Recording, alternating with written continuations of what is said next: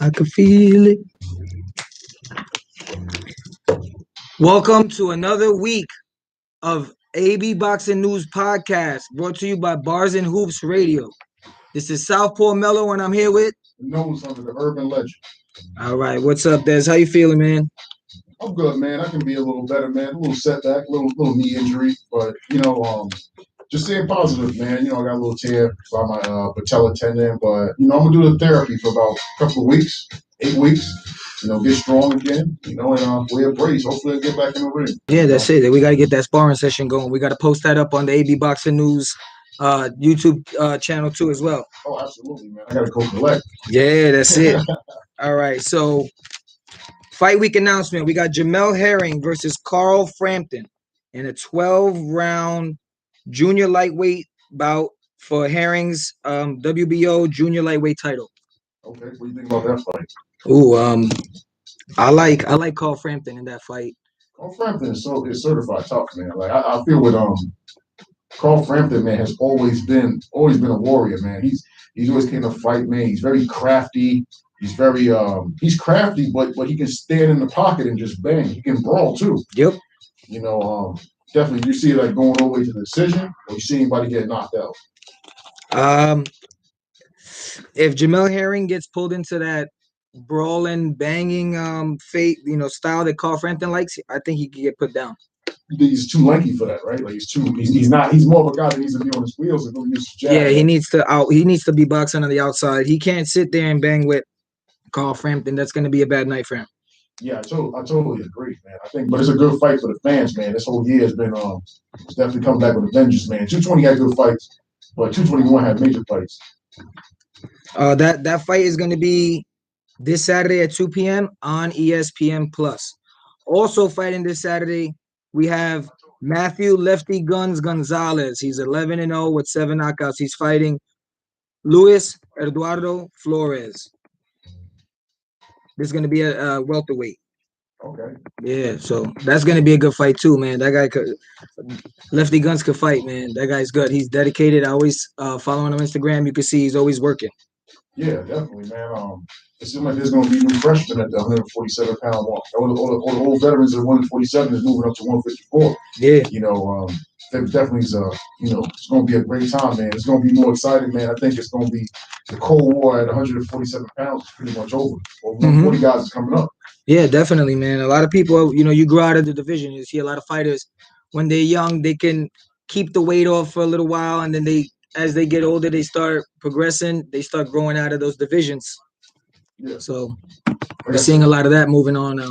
No more COVID excuses we can't see now. We in another year. It was COVID excuses from last year, early this year. Now those fighters now got to stay in weight. A lot of guys in training camps. A lot of places open up, especially places like Florida. Yeah. Benavidez shocked me though because he made weight with the COVID regulations on. Maybe we might see a new Benavidez now. Yeah, I mean Benavidez is dangerous, man. I mean hand speed, everything, man. So if he keeps his weight down, man, he's gonna have tons of stamina. So we also have a special guest calling in today. We have Thomas Cornflake Lamana. He's facing off against Erislandy Lara May 15th. So he'll be calling in shortly. We can talk with him, see how he's doing for his fight. Yeah, I mean he's I definitely want to hear what he's going. He's not going to tell us the game plan for the fight, but it's a very, very exciting fight, man. I'm a big Lara fan. Definitely. I'm going to see how he can pull up the victory. Hopefully, he get the victory over Lara. Definitely, that would be really good for him. Last week we had Dylan White versus Povetkin 2, which ended in a 4th-round stoppage. What did you think about that fight? And them guys, big guys, man. It's like two mastiffs going at each other, man. Somebody, that's a fight that we get that is a 50-50 fight on both ways because they both going to get each other. They both going to get each other out of there the same exact way. Mm-hmm. They're going to get each other out there the same exact way. Dylan White avenged his loss against the last time of being stopped out, getting KO'd. So, Povetkin got his KO now. And now we might see a trilogy. Or, Povetkin too, man. He's an older fighter, so and maybe he'll move over. Maybe he'll fight a Luis Ortiz. I would love to see a Luis Ortiz versus Povetkin and maybe a Dylan White versus Wilder. That would be good. I mean, I wouldn't mind seeing a third match. I mean, I really wouldn't mind seeing the rubber match. I think it's too high risk for both men. I think they both prove that they can both bang with each other, and I think they should leave it at this, man. 1-1. Luis Ortiz versus Vecchi. They're both kind of technical, older fighters, and Dylan White versus Deontay Wilder. They've both been coming at each other for a couple of years, calling each other out. Let's see what they can do. Yeah, well, Wilder can't say nothing now because he don't got the belt. So I mean, that White fight, it makes sense. It does make sense. He doesn't have a belt, but he's also high ranking. Dylan White's still kind of a high ranking fighter. Mm-hmm. He can definitely come back and that's a fight where they both can knock each other out. I think Dylan White can put the pressure on Deontay Wilder, back him in the corner, bang on the inside, and that's it. You know what I'm saying? Yeah. Like, what do you think about that, though? How would you picture that going? Dylan White and Wilder? Yeah. Dylan White has to put pressure and smother Wilder to not let him get that right hand off. Yeah. Well, you got to stay in close because that guy's arms are long. Yeah. And he throws it from Alabama across 4 states. He's very unorthodox, unconventional, and off balance. So it really makes it very dangerous because when he does land, it's devastating, man. It's very devastating. So you gotta either be like my trainer always says, you're either too close or too far for anybody to touch you. That's very true. You're on the inside or you're on the outside with those with guys like that. Wilder's very good with straight long punches. Take those straight long punches away, and it's a rough night for him. Well, yeah, he doesn't like to be on the back leg like a lot of punchers. Yeah, he's got the puncher syndrome. He's very he's a puncher, and that's when we have to take him at. You're not gonna call him a boxer, call him a puncher. Yeah, see, Fury took away his reach, that long, dynamite traveling reach. Problem is Fury's also longer than him.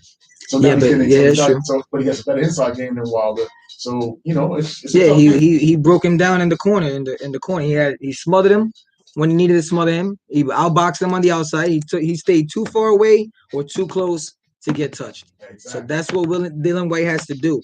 But I don't think he has the stamina to be able to box around like Fury. No, he doesn't. He's not that style. He comes forward. Yeah, a lot of left hooks, a lot of body shots on Wilder, a lot of slipping and countering. So he's gonna need to put a lot of pressure. You can't sit back on Wilder because when you least expect it, that shot comes out of nowhere. From the bell, I think you definitely from the bell. So what do you have next? What's coming up next? So now more in boxing news. We have Haney versus Linares officially announced for May 29th in Las Vegas. Oh wow, that's man. I'm excited about that fight because I like how both of them fight. Linares is more of a pure offensive fighter. He has a little bit of defense, but he's known for having fast hands and he's aggressive. He got decent footwork too. No, he has great footwork. Yeah, but he's pure. To me, he's offense. Devin Haney's a little bit more defensive, more of a defensive boxer puncher. He's not a big puncher, but like I said, he can take you out with a good shot that you don't see coming. Devin Haney's crafty. Devin Haney might have the edge in footwork. Mm-hmm. I think the jab.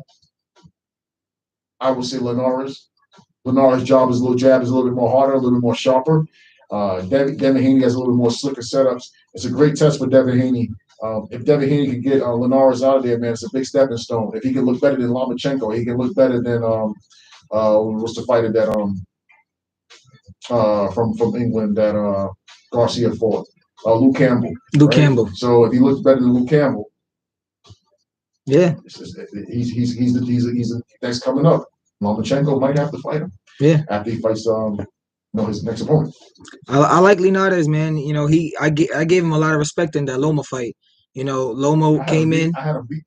Yeah, Loma came in, and that was when Loma was on cloud 9 with he's the man in the division. He's the Matrix. Nobody could touch him, and Linares sat him down. Well, the thing about a fighter like that, see, the Matrix talk is funny because he's been touched by lesser fighter than Linares, older fighter than Linares. So he's been touched. He gets. I said this a long time ago, even with that division. We're talking about Devin Haney. Mm-hmm. You touch Lomachenko to the body. You out jab Lomachenko. When he turns, you turn. Yeah. Linares did the same thing. You counter punch him. You counter over his jab. When he throws his right jab, you counter with your left jab. You slap it down, come over, and you shoot one to the body, come in. So and that's what Lopez did. So Devin Haney has a lot to show. Put him in talks with Ryan Garcia. So yeah, definitely. This a win over Linares is definitely, like you said, a big stepping stone for Haney, and that's like a bargaining chip for him to get even bigger and better fights. Yeah, absolutely. Linares got a lot of experience, so Haney's gonna have to pull out all the tricks. Yeah, but you know what? Youth can prevail in this fight. I think Lars being 35 years old, 34, 35 years old, we don't know how he's gonna perform in the layoff. We don't know what he's going to do. We know he's fast. We know he trains all year. Yep. Like I said, it's a good fight, man. It's a good test for Devin Haney. All the guys at 135 got their test, so he got to beat the elite at 135. Yeah. Also in news, Oscar De La Hoya's return, July 3rd, pay-per-view. The opponent is to be announced. Wait. So is this a fight or is this an exhibition? No. It says his return. He said he was returning. Might be an exhibition. It might be a fight. We got to see. We don't even know who the opponent is yet. Do the rumor mill, doing research about this De La Hoya thing. He said he'll come back in July to fight Floyd Mayweather Jr. Can we see a trilogy exhibition with those two? I don't think it would happen. I don't think so. He's talking about fighting Triple G. I don't think that would happen. I don't think the money would be right. Even if De La Hoya did good, it's a lot of rust. Years out the ring. Oh, we got a call.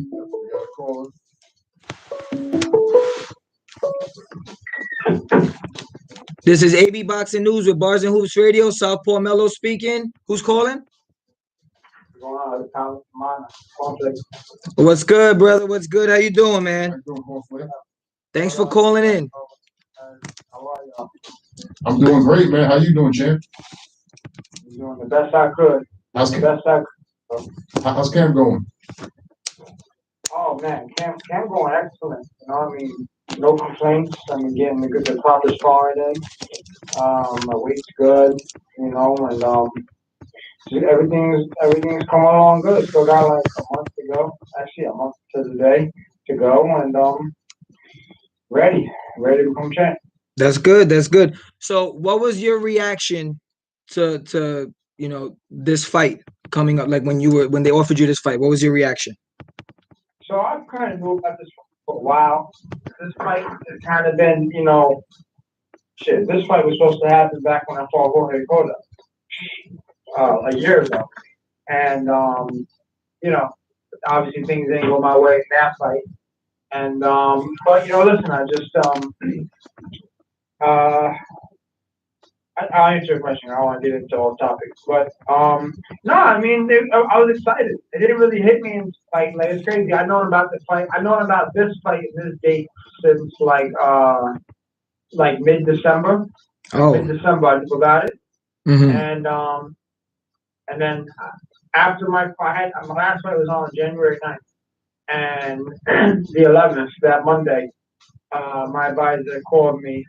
And he said, "All right, we're gonna do it. You got Lara."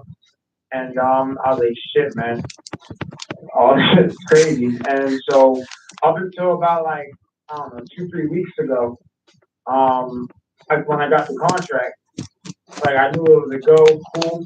But then last week, or a week and a half ago, or something, when it was announced, it was kind of when it really hit me. And it's just like, whoa, it's really here, it's really happening. Is that to you, as you also, being a fighter, is that kind of like a dream come true for you? Listen, this is what every fighter dreams of, is becoming a world champion, if you ask me. I'm not in it for the money. I'm not in it for the temporary fame. I'm not in it for, not like that. I want to be great. I want to be world champion. And, I truly feel that's what every fighter should strive for. Become world champion, then become unified, then become undisputed. That's what the goals are. And this is just my first step. So yeah, absolutely, it's a dream come true. This is the dream. I'm the true definition, if you ask me, of the American dream. I'm the real American dream, yeah. That's what I am. And I respect that, man. And I like that you said it's not about the money, man. It's about the legacy. And I love that this state of boxing, this era of boxing, the narrative has changed. It's not about Instagram likes. It's not about, clout chasing. It's about, getting straps, getting belts, man, for the best fight The in best fighting the best. And I have to commend you for fighting a technician like that, who's Yeah. very highly experienced, very crafty. You could have ducked the opponent. Yeah. I appreciate that. And, I'm also a realist too. The best fight, there's nothing wrong with me wanting to fight the best. I can't go out barking or screaming Charlo's name, who, I mean, to be honest, both of them, to be honest, are the kings of their division. And in this case, in the middleweight division, I can't be barking Charlo's name because I'm not going to get that. But a guy like Lara, who's been a world champion forever, he's a 54 moving up to 60. We have the same. I mean, theoretically, we have the same, team per se. We're in the same group and all that. It was, it wasn't hard to make. It was just all about, when the right time came and when the opportunity presented itself. So this is the case. This is a case of really just me getting an opportunity that I feel I'm deserving of, because of what the stuff that I've been through with this boxing game. Finally, it's coming about. And then when I beat Larva, then I'm gonna just want to keep going and like keep fighting the best. That's what it is. So yeah, I agree with you. The best fight the best, and it's not about the money and stuff, But right now, this is just an opportunity for a person like myself. All right. So how would you rate Lara right now? Right now? Yeah, how would you rate him? I mean, Arismendi Lara, man, he's like you said, a technician. He's a crafty veteran. He got to be 100 years old. He ain't 37. The Cuban fighters do have the ages off sometimes. I don't know. And he might be 45. Who knows? Yeah. So he got flattened tires. The tires are a little flat. Okay. You know what I mean? And it's just up to me to poke them holes and get him off. And so, but listen, Lara's a champion, the true champion. He's I know he was like the longest reigning junior middleweight champion for quite some time. And he came up on the short end of the stick. I really only give him one when Buster Hurd, but I mean, I thought he beat Canelo. I thought he beat Paul Williams. Actually, I was, believe it a fun fact, I was on the undercard when he fought Paul Williams in Atlantic City. Oh wow! And, wow! Crazy how 10 years later or 9 years later, whatever, I'm fighting it.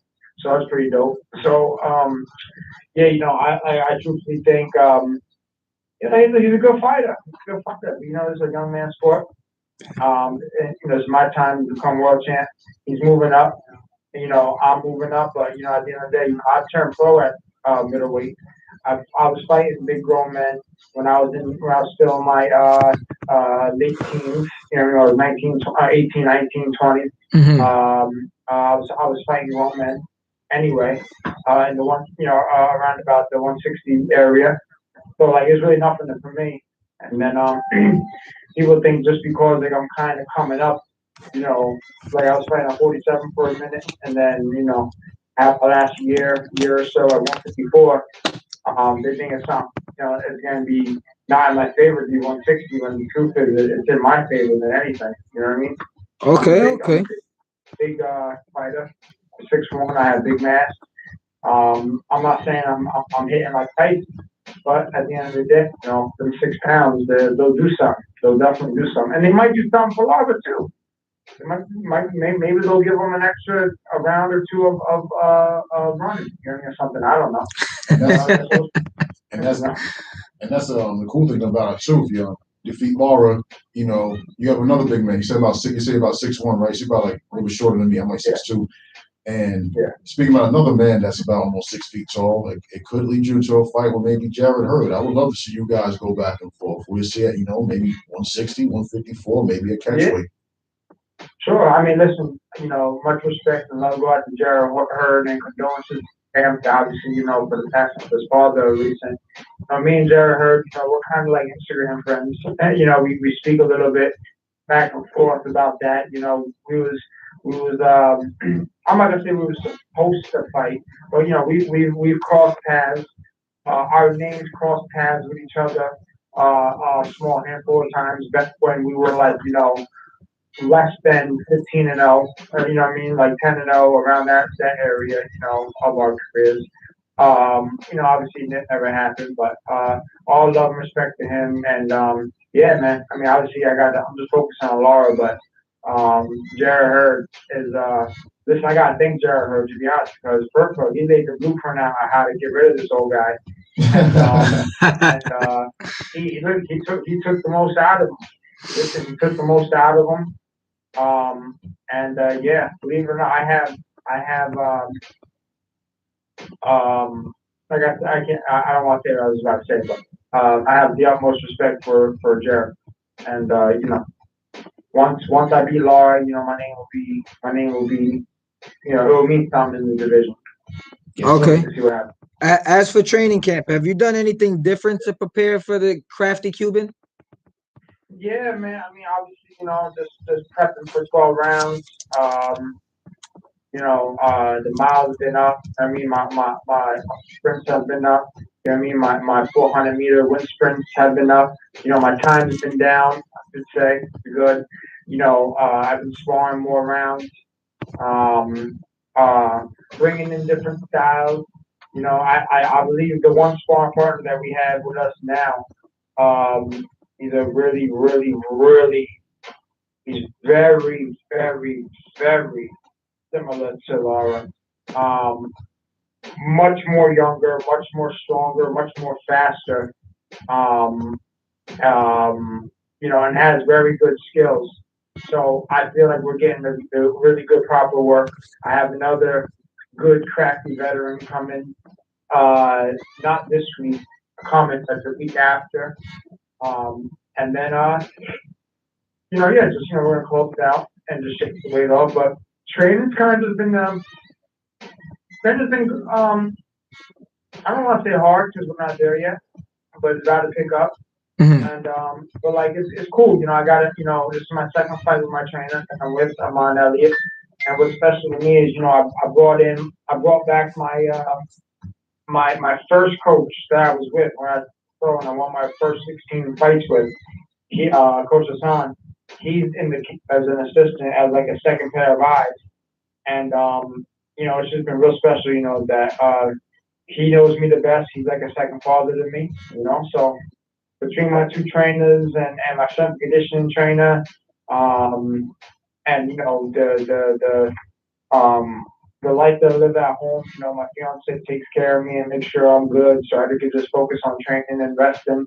You know, it's been great, man. I can't, you know, no complaints. As far as the training, like it's always hard, but at the end of the day, a fight is a fight. No matter how you cut it, dice it, or slice it, you got to fight, no matter what. Yes, sir. Big respect. Yeah. It's amazing how things come full circle for you. You fought under Lara undercard, then now you fighting Lara. Then, you know, you pulled your old coach back into camp with you. Look, you know, things come full circle. It does. You know, the boxing, you know, it's special. You know, it's a good story too. You know, it's a really good story. It's a really good story because at the end of the day, you know, guys, you have to understand. And you know, look, I'm pretty certain you guys follow the social media and you know, the news that goes on and the comments that's made by either fans or other members of the media, stuff like that. You know, nobody's giving me a prayer in this fight, which is excellent. It's okay. Yeah. But you know, at the real end of the day, boxing aside, you know, guys, this is America. This is America. You know what I mean? and America is the opportunity. You know what I'm saying? And it's very ignorant for people to speak down on a fighter like myself, who's I've had a lot of ups, I've had mental down, and I never quit, I never gave up, I always found a way, um, make it happen. You know what I'm saying? And give this opportunity. That's really what it's all about. That's Yeah, what it's about. yeah. Outside of boxing, that's what it's about. You know what I'm saying? You got to give the utmost respect to any fighter that goes in there. And how many real life Rocky stories have we had throughout the years, man? And a lot of people don't understand too, man. Get in the ring, even if you lost, like people are not there with you. They don't know what's playing in your head. They don't know. Anybody can have a bad night. You can have a layoff, come back a year or two later, and it's just not there. I would never count nobody out for taking a loss. Mm-hmm. You know what I mean? That a loss doesn't define a guy's career. Many greats have had losses in their past and made up for it. Bernard Hopkins is one of my favorites. Bernard Hopkins Lost his first pro fight fight and almost wanted to give up on boxing. Look, the guy lost to Roy Jones, came back and was one of the best guys at 160 pounds ever. oldest person to hold the title, broke it twice. Yep. Look at that. Yep. Listen, boxing's all about what you make it. You know what I mean? At the end of the day, I tell people it's like, obviously, there's no I in team, but there's an I in win. You know what I'm saying? Mm-hmm.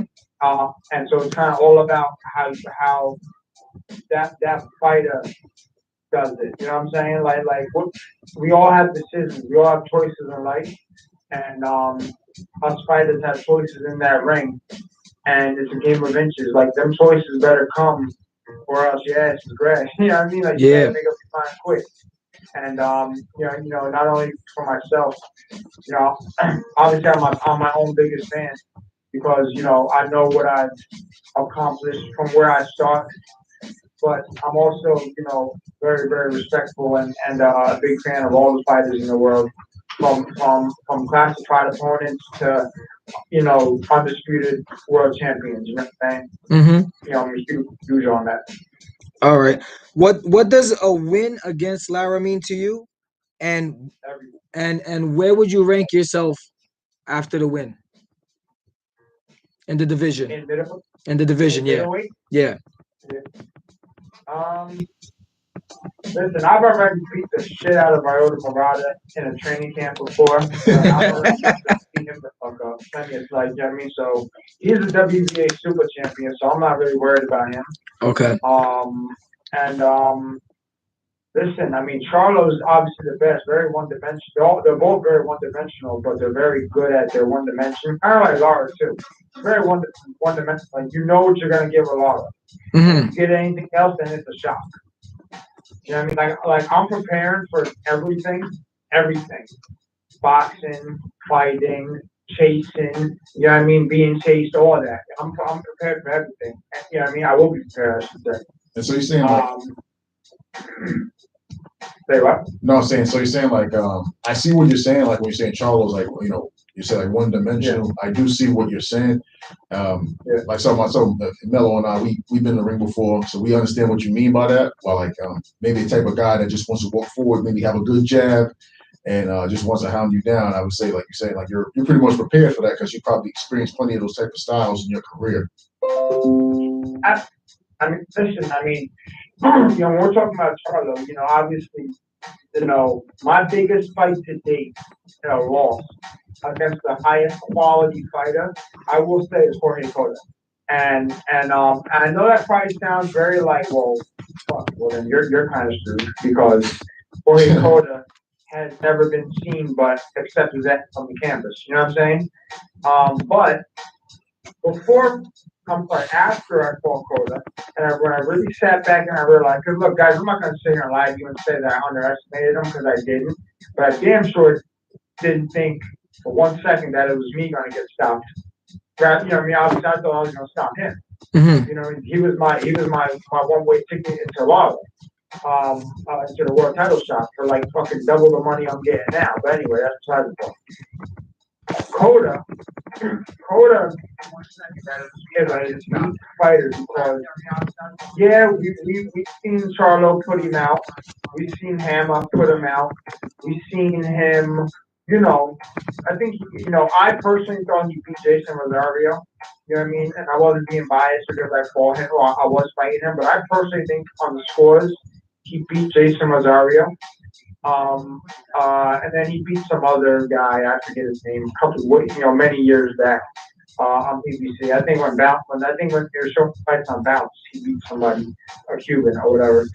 But I never respected or looked into the two guys that did knock him out cold, which was Hammer and Charlo. Those are two, obviously Charlo being the world champion, and Hammer being, listen, he was just young when he fought Charlo. I'm a fan of Hammer, Erickson Rubin. But Hammer, he's a dog, man. These are two guys that, like, you don't want to fuck with if you don't have to. You know what I mean? The big 160 pounders too. Yeah. So I didn't look into that, and I didn't respect that until after the fight. You know what I'm saying?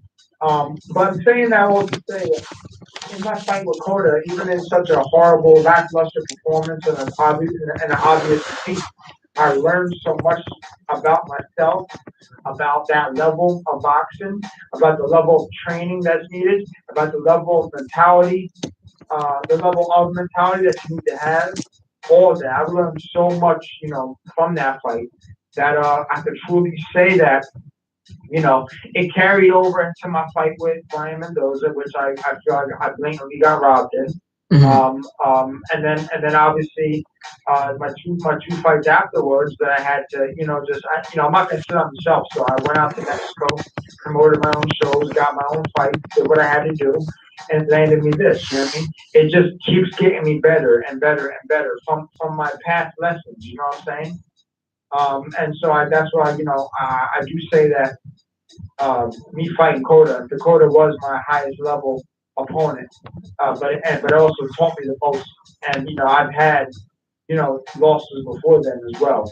They all prepared for this moment, guys. They all prepared me for this moment. Even my draw, it just prepares me for this moment. Okay. That's good. How active do you want to be this year? How many fights you trying to have this year? Guys, I don't know. I mean, Yeah. I'm fighting a lot of runs. It's gonna be in May. It's gonna be the middle of the year. Damn near the middle of the year. So, me and him, I might fight one more time. I'm not doing the whole, fight, win or lose, and come back 3 or 4 months later in Mexico. Not like that. You know what I mean? PBC has a plan for me. Win, lose, or draw. You know what I'm saying? But I kind of don't even, winning the title was like, that's just my own goal right now. That's all I've been thinking about. I could care less when I fight after.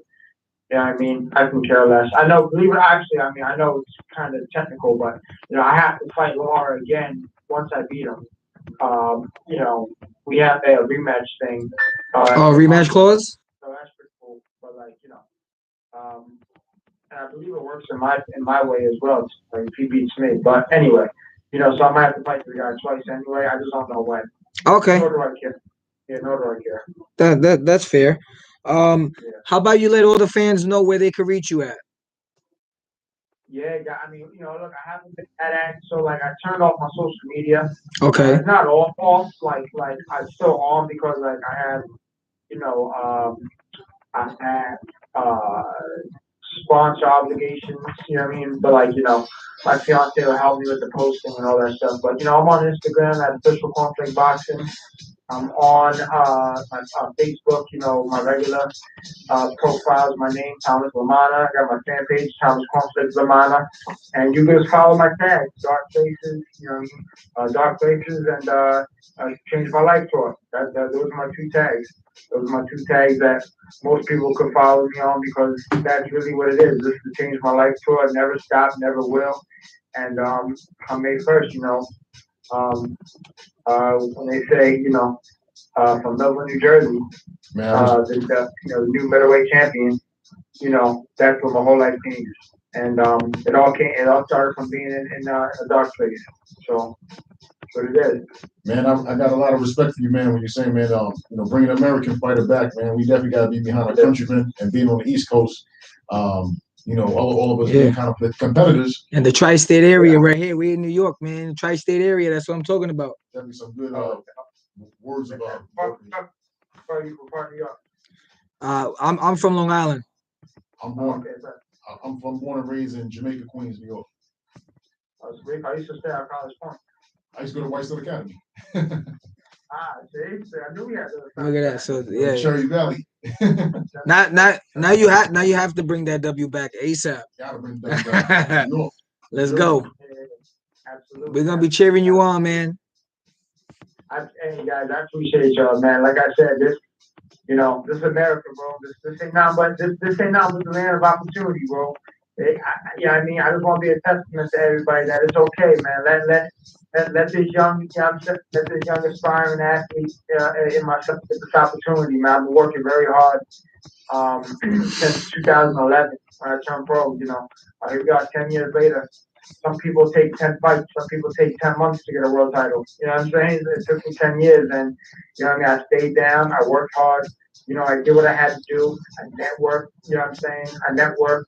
I made my relationships early with the people, and listen, guys, I just never stopped. I never quit. And if I could give any game to any young fighter that's listening, you know what I'm saying? Any young fighter that's listening, it's just never stop. And just like my brother Tevin Farmer, man, I just started talking to him a couple minutes before we got on the phone. And listen, it's never too late. Never ever too late. Shout out to Tevin Farmer. For sure. Thanks. Another late start in the game. Thanks. That's what it is, you know what I'm saying? So May 1st and the new. Cornflake, we want to thank you for calling in, man. We wish you the best. We're gonna be cheering you on. Bring that back to the tri-state area, that belt. Let's go, champ. Then we go to Cherry Valley, man. I'll get you a TCS on the hero on me, on the nose. All right, bro. Thanks a lot, brother. I appreciate y'all. No doubt. What a stand-up guy, man. Definitely. That guy was amazing. Yeah, definitely, man. Shout out to Cornflake, man. Hopefully get the win on Lara. Lara's one of my, all-time favorite fighters all time. I like Lara. But I'm gonna represent my country first. We're going to represent America first, man. We got to bring some belts back to the East Coast. Shout out to Tevin Farmer as well. We got to have Tevin Farmer call up here one day, man. Definitely, man. He's had a great fight with Jojo Diaz. We got to see that rematch because, of course, I want to see him win. Definitely another slick fighter. I like what he talks about with dimensions, right? He's talking about that's very true, man. A lot of technicians, man, are starting to come out of boxing, man. Guys that can do everything, man. The visions are getting more and more complicated, man. What we got next, Mo? So we were talking about the Oscar De La Hoya return when the call came in. What if it's the rematch between Vargas? Oh, we got a call. We got another call. AB Boxing News with the Nose Hunter and Southpaw Metal. Who's calling? Hey, this is Jesse from Washington, D.C. How you doing? How you doing, bro? Thank you for calling in. Good. Yeah, no problem. Great interview with Cornflake. It reminded me, you guys mentioned Tevin Farmer. It got me thinking about 130. And I wanted to know what you guys think of Chris Colbert, prime time, at 130, and how you fit into the landscape there. I think Chris Colbert can run 130. I think he could run 130 right now. I'm gonna put it like this, and this might be a little early. This is coming from the Nose Hunter, the urban legend. Here we go. You heard it first here. Chris Colbert, word on the Nose Hunter, is that Chris Colbert is going to whip a lot of asses at 130. I agree 100%. He's going to be looking like the next Pernell Whitaker. I'm saying it. He might be the next Pernell Whitaker. I'm going to put Chris Colbert as the next Pernell Whitaker. It's not Tevin Farmer. It's Chris Colbert, a guy that can do everything. He got footwork. He can bang on the inside. And like I said, he's crafty, tricky, very quick-witted. Chris Colbert is the next Pernell Whitaker. Mark my words, sir. Wow. You're not even lying, man. That guy is multifaceted skill set. Yeah, I love him in the pocket. I love the counters. I love the slick defense. I love Mhm. the angles.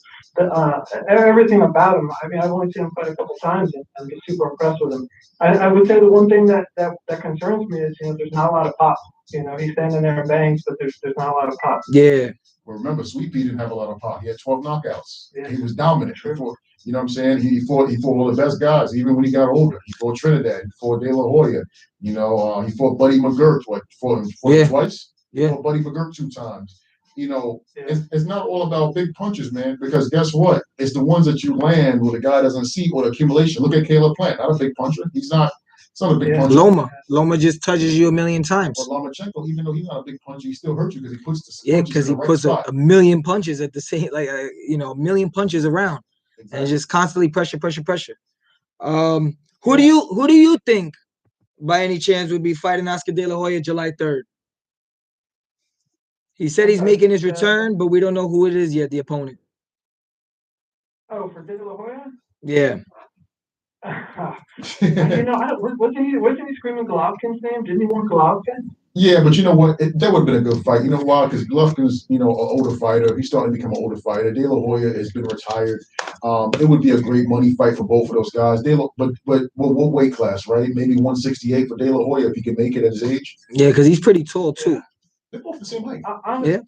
Honestly, I haven't stayed plugged into what De La Hoya is doing. I'm just not super into a lot of these guys. I think maybe he saw what Triller's doing and what Tyson got paid, and I think he's kind of trying to piggyback on that. And plus, a lot of guys are jumping ship from Golden Boy. They want out. I don't know. He's always been kind of a resource guy. This is the era of exhibitions, man. I took heat for taking an exhibition on a pro. I retired pro kickboxing card. I was the only amateur boxer on there. Speaking of exhibitions, we got a few more coming up right after you're done with your story. Man, but Oof. Exhibitions are great because it's guys that you won't even see. What do we have coming up with Cotto? Oh yeah, we got that Miguel Cotto and Juan Manuel Marquez exhibition June 12th. Wow. What do you think about that one? I love Cotto in that, and that's my guy. I've rooted for him for a long time, so I'd pick him, and I'd love to see him fight. I know I just said I wouldn't want to see De La Hoya, but Cotto could fight so he's 100, I'd watch. So. Yeah, I love Cotto, man. He's such a humble guy.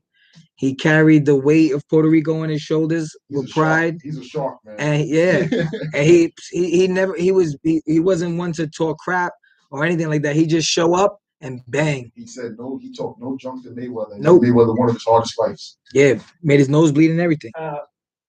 Hey guys, I just wanted to say I'm from in the DC area. I just want to say thanks again for putting the show on. I love listening to it. You guys are like super smart boxing guys who actually are fighters, and it's a lot of respect to listen to guys who get inside the ring, talk about and break down the technical facets of fighting. It's not just talking heads, you guys know. I really appreciate that. Thank you. It, man. Definitely, download our app, man. Hip Hop 24 Hours a Day. We have many other podcasts coming up. I have my own DS with the BS, trending topics in social media. I get into fighters as well. Stay tuned, man. Be a part of Wazoo's family, man. Free app. Download it. Excellent, will do. And I know I talk about it a lot, Mello, but my wife's family's from Queens. From Queens, yeah. Woodside. Yeah, I will be up to Woodside at some point. I will get up there. Probably in May. I might be up there. Might see Mello. Shout out Woodside Boxing Academy. My boy Charlie Joseph, owner over there. Great fighters in that gym. I love that gym. I'm gonna see you soon, bro. All right, you guys, take it easy. Keep it up. Have a good one. All right, bye. Ooh, this Cotto Marquez fight. This exhibition. Ooh, Juan Manuel Marquez is one of, besides Canelo, obviously, one of the best combination Mexican punching Mexican fighters. Counter punches too. Yeah. When you think about, this might be brave to say, and I don't think people think. Marquez, when you put Marquez up there as a counter puncher, let's rank the counter punches. I put him up there with James Toney. I put him up there with Mayweather. I do, even though he lost to Mayweather, I put him up there as a counter puncher with Mayweather. I put him up there with who's another great counter puncher. I mean, you can say Canelo. Canelo's a great counter puncher. But he's a younger guy. But let's just say the veterans, right? Man, Michael Nunn. I mean, you can put him up there with that. Marquez is definitely a legend. He's definitely a Mexican great, man. Definitely. Would you put him up there with Chavez? I mean, he could trail behind a little bit, but you know, Chavez was the face of Mexico until now. Canelo's kind of, you know, taking that over now, but he was the face of Mexican boxing for a while. Would you put him up there with let's see, from Mexico? Let's see another Mexican fighter. I mean, he's the same pedigree as Eric Morales and Barrera, those guys. I would put him with Morales and Barrera. Yeah, definitely. Right next to each other. They're right next to each other. I agree with you 100%. Those are three great Mexican legends. But you know, the exhibitions are coming out, man. Did you see this with the Jake Paul stand down with Jake Paul and Ben Askren? Ben Askren. My thing about it. If Jake Paul ain't fighting me, I don't want to see none of that. Jake Paul's gonna beat him. Jake Paul's gonna beat him. He's gonna knock him out. Just off of size and youth. It's not gonna be a lot of skill in that fight. Ben Askren is a wrestler. You got a wrestler fighting a boxer in boxing. You know, it was all the way around. Ben Askren was rolling around the floor. You know, so exhibitions are, you know, and that's actually a real fight, which should have been an exhibition to me. That should have been an exhibition. That shouldn't even been a fight. Talking about MMA versus boxing, I just saw a video today. I forgot about Ray Mercer, and who he fought. Some Sylvia, yeah, that guy. He stopped him with the right hand. Threw the overhand, caught him with the overhand. He took a leg kick and just gave the right hand. Yeah. And I feel like also Anderson Silva versus a Mexican fighter, Chavez Jr. Chavez Jr. Yes, that's a 10-round light heavyweight fight exhibition. Let Anderson Silva get his money. Chavez is too much for him. Yeah, he want to go to boxing. He don't want to break his leg again. I get it. Chavez is too good. Chavez Jr. I think Chavez Jr. just beat him. I think Chavez Jr. just has enough with Anderson Silva. I don't think Anderson Silva only had one professional boxing match. He spars boxing a lot. He actually went to Wild Card Gym, and I seen old videos of him sparring there. Who did he spar though? That's the question. True. Some heavyweight prospects, I guess, but I seen the guy he sparred. Let's keep it real. Anderson Silva was great for MMA, one of the greatest of all time. Chavez. Exhibition's not a win or lose. It's just going to be entertaining. Yeah. Chavez is going to sit in the pocket with Anderson Silva. Anderson Silva is going to try to jab and move. I mean, it's going to be like an old man fighting a young man that's not a younger man. That's not that focused. It's going to be a great exhibition, and that's all we can call it. Nobody goes home with a loss. Nobody goes home with a win. It'll be fun and it'll be entertaining. It would be a good exhibition. Chavez had the gas though. That's what I'm saying. Like, well, there'll be a lot of showboating. I mean, he's gonna come with his hair dyed. You know, it's entertaining, man. These are great things. Exhibitions are great, man, to keep you sharp all year round. Roy Jones, Mike Tyson one was like 2 men at the barbecue, like Snoop Dogg said. Yeah. You know, they both should get some good money, man. I hope Anderson Silva gets a good payday. Probably he'll get more pay than he get in MMA. Yeah, definitely. Let's see. Also, another exhibition, we have Julio Cesar Chavez Sr. versus Hector Macho Camacho Jr. in a 6-round middleweight showdown. Oh my God, why? I follow Macho Camacho Jr. on Facebook, and he's been calling out Senior for a long time. He's saying because I guess he wants to avenge his father and all that stuff.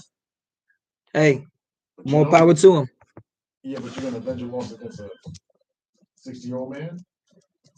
I mean, I'm not saying that. Look, Chavez can still box. You saw his last exhibition? Yeah. Yeah, he was fighting over the ropes good on the inside. He still got it, man. But Chavez, no, man. I mean, no. I mean, he has enough to probably look good, but Camacho Jr. No offense, but this doesn't prove anything. Should have did that 15 years ago. True. 15 years ago, you could have probably got away with it. 20 years ago, you got away with it. Mm-hmm. Nah, 60-something-year-old. 60. I don't even know how old he is. He's probably he's 57, probably. Julio Cesar Chavez Sr. Yeah, he's probably about 57. Yeah, he got to be up there. Yeah, he's almost 60 years old. I mean, he gets no credit for that. You know, these exhibitions are, they're getting entertaining, man. Maybe see Anderson Silva versus Roy Jones Jr. They've been talking about that for a long time. Yeah. Okay. He's 58. He's 58, by the way. Julio Cesar Chavez Sr. Yeah, so him and Whitaker's almost about the same age, Mm-hmm. So, yeah, I mean, Michael, hey, look, Michael Nunn just had a kickboxing fight early this year. Mm. No, he fought. He won. He actually won. He won. He came out of prison. He won. He's not the old Michael Nunn, but hey, why don't you get Michael Nunn? Maybe Michael Nunn versus Roy Jones. Maybe Michael Nunn versus Bernard Hopkins. Maybe Michael Nunn versus James Toney again in an exhibition, but probably not. Nah, James Toney is But I would say a Michael real Nunn, big boy now. maybe Michael Nunn versus Bernard Hopkins. We never saw that. Maybe I would that love could to come see James Toney in an Bernard exhibition. with Bernard Hopkins. Bernard Hopkins too small. James Toney's big now still. Mike Tyson versus James Toney. I would love to see that. I would love to see that. And you know James Toney gonna be talking smack. You ever watch his sparring sessions? Yeah. Everybody out there, if you guys want to see some good sparring sessions, YouTube James Toney sparring sessions. All he does is talk crap the whole time and beat these people up. He's hilarious. Also this week, we had Regis Rogeru Progreris face off against Red Catch for their upcoming fight April 7th on Triller pay-per-view. What do you think about that? Regis Progreris and Red Catch. Ivan Red Catch. Progress should get him out of there. Yeah, I think he's gonna make easy work of Red Catch. He might stop him. I think he might stop Red Catch. No problems against Red Catch. I really respect because Red Catch fight anybody. He fought Tevin Farmer. Oh yeah, he don't care. Danny Garcia, whoever. He fought. It's funny though. He hit Danny more than he hit Tevin Farmer. Tevin Farmer made Tevin Farmer look like. Talk about Pernell Whitaker. That fight made Tevin Farmer look good. Tevin Farmer was just slick and he couldn't catch him. Red Catch was getting frustrated. Red Catch is entertaining. Red Catch is good for boxing. Red Catch is good for boxing. Yeah, he is. We need personalities like that. We need the Tyson Furies. We need the Red Catches. We need those type of guys that dye their hair and do odd things. Mayoga used to dye his hair, smoke cigarettes in the ring, drink. He had his hair red for the Trinidad fight. Yeah, like Trinidad fight was definitely funny though, but he tried to get in his head, but you can't get in Trinidad's head. Trinidad is very, very stoic. Okay. Also, we have Pac-Man versus Crawford. Oh my God, that's June 5th at Abu Dhabi. This information came by way of Mike Coppinger. Problem with this fight, Crawford going to send him retirement. Really? You think so? Finally, you think he'll be the first to finally put Pacquiao away? That's it, done. Yeah. Put the gloves up. I feel like he's going to put him away. No disrespect to Manny Pacquiao. I just don't think Manny Pacquiao has a youth. He's going to, and Terrence Crawford's in the end of his prime, like the peak end of his prime. Mm-hmm. So I think Terrence Crawford is just too athletic. He's too smart. He will bait Pacquiao in, and I think then he'll back up Pacquiao in the back leg where he doesn't want to be at. And I think he'll get a stoppage. I think Terrence Crawford will put Pacquiao down. Oh, snap. You think he's going to get the stoppage? He will make Pacquiao fight the way he doesn't want to fight. If Pacquiao stands there and tries to pick shots and feint and do different things, I think he's just going to fall into what Terrence Crawford wants him to do. But then if he bum rushes, he might walk into something like Gamboa did. Or like he did against Marquez. Could be. Crawford's not... Crawford wouldn't do that to him, but Crawford would throw like a 2 or 3 punch combination to catch Pacquiao on the side, and it might be awkward for Pacquiao because Crawford will switch hit. Yeah, it's hard. I don't agree with switch hitting, but Crawford's one of the guys that can pull it off, and he can switch and go back to. I switch hit. I switch hit all the time. I switch hit mid combo sometimes. It throws people off. It does, but you got to be very, very, very cautious of doing that because if you get a guy that's a good counter puncher and got a good check hook or a good straight punch. Now you might get away with it. You got good eyes, you got good wit, you know the guy in front of you, you can get away with it. But Crawford, to me, he's going to probably fight orthodox. Yeah. I don't see him doing that with Pacquiao, trying to be a southpaw with one of the best southpaws probably in the last 2 generations. He has to be orthodox. He has to walk him into traps. But Pacquiao can do what he did to Keith Thurman to Crawford. I think he can touch him. I think he can outpoint him. I think he can overwhelm him. I think he still has enough in the gas tank. I think his springs are still there. And I think that Crawford, Pacquiao's experience, decent chin, and aggression he can't out Pacquiao. And Crawford does get wild sometimes, and he can't out Pacquiao. He got touched a few times. He's been touched. You don't want to get called by Pacquiao. Yeah. I think it might benefit Crawford to go southpaw a little bit. He can do it. How many southpaws Pacquiao fought? It's different now. What does Pacquiao like to throw a lot? He throws that double 2. He throws that double two and he dips out, right? He does double two and then a right hook. Yeah, and then he dips out. But the problem is that see, Pacquiao is intelligent too. He's a scrappy guy. He's not dumb. It's just the fact that like Crawford can't outdo a southpaw that's a natural southpaw that's really got experience like that. You know what I'm saying? Like he can't do it. I feel like he needs to stay orthodox. He got away with a certain type of fights, like Khan, who Hart wasn't there, and all those other type of guys. Not going to work so much on Pacquiao. Pacquiao's experience, his timing, his accuracy. Yeah. The high punch output. Not so much accuracy, but he can't out Pacquiao. Yeah. Just be orthodox and be technical and pot shot and make him think. Mm-hmm. If you don't do that and you play Pacquiao game, he's gonna catch you. Yeah, I agree. Also, one last thing too, June bout. We have a June bout, Jamal Charlo versus Juan Macias. That fight is going to be coming up in June. Charlo. I want to thank everybody for tuning in to AB Boxing News Podcast with me and my boy Des here. 2 piece, no something. That's it. Everybody have a good night. Thanks for tuning in. See you next week.